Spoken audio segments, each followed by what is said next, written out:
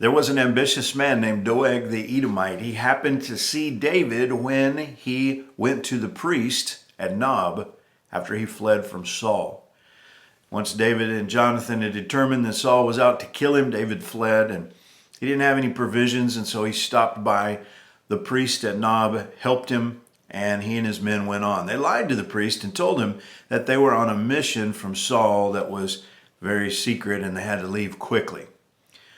Along comes Saul and finds out that David has fled, that he's left, and he's very angry, wants to know where he is.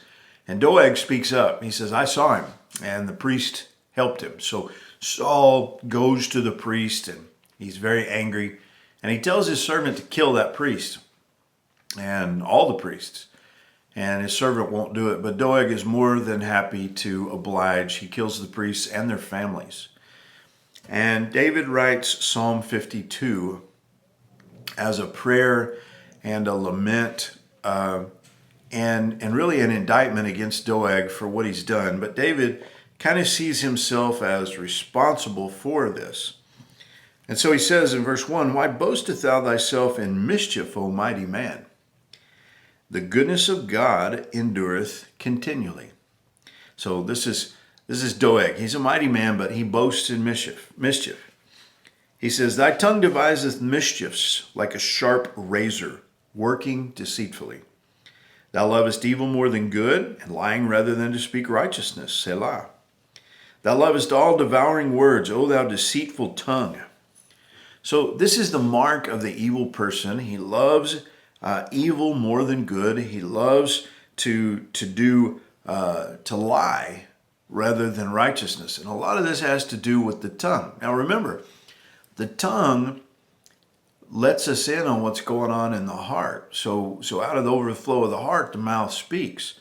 And so that's why he keeps referring to his lying words and these kind of things, because David knew that Doeg would tell Saul. Whenever he saw him there at Nob that day, he knew that he would tell Saul. Well, sure enough, he did.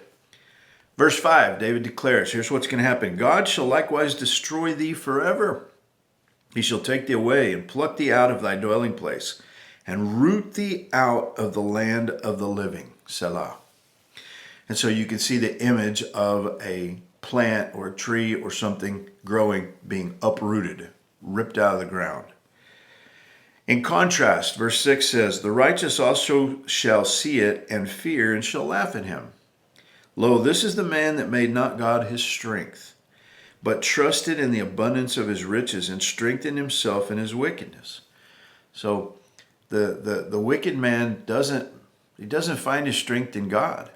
Instead, he is strengthening his wickedness. He is growing more and more and more wicked. He says, verse 8, But I am like a green olive tree in the house of God. I trust in the mercy of God forever and ever. I will praise thee forever because thou hast done it.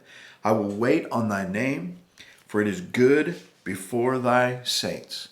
So you can see this contrast as David is praying, singing, praising the Lord, and bringing this indictment against Doeg. The contrast is the wicked man is going to be uprooted, and he is going to be taken away. He shall take thee away, he says, and root thee out of the land of the living.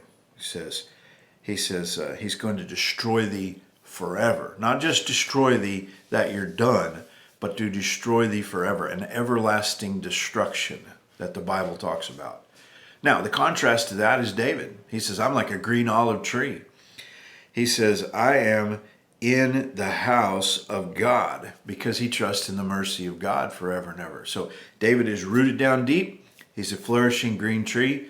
Doeg is going to be uprooted by God. He goes on to talk about his praise for God. I praise thee forever and ever. You can see the difference in the use of the tongue. Rather than mischief and lies, David is praising.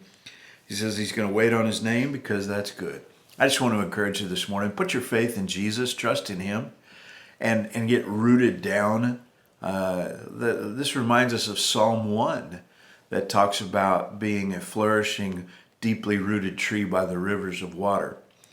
And realize that God's going to uproot the wicked, but the righteous, they've got deep roots. God bless you.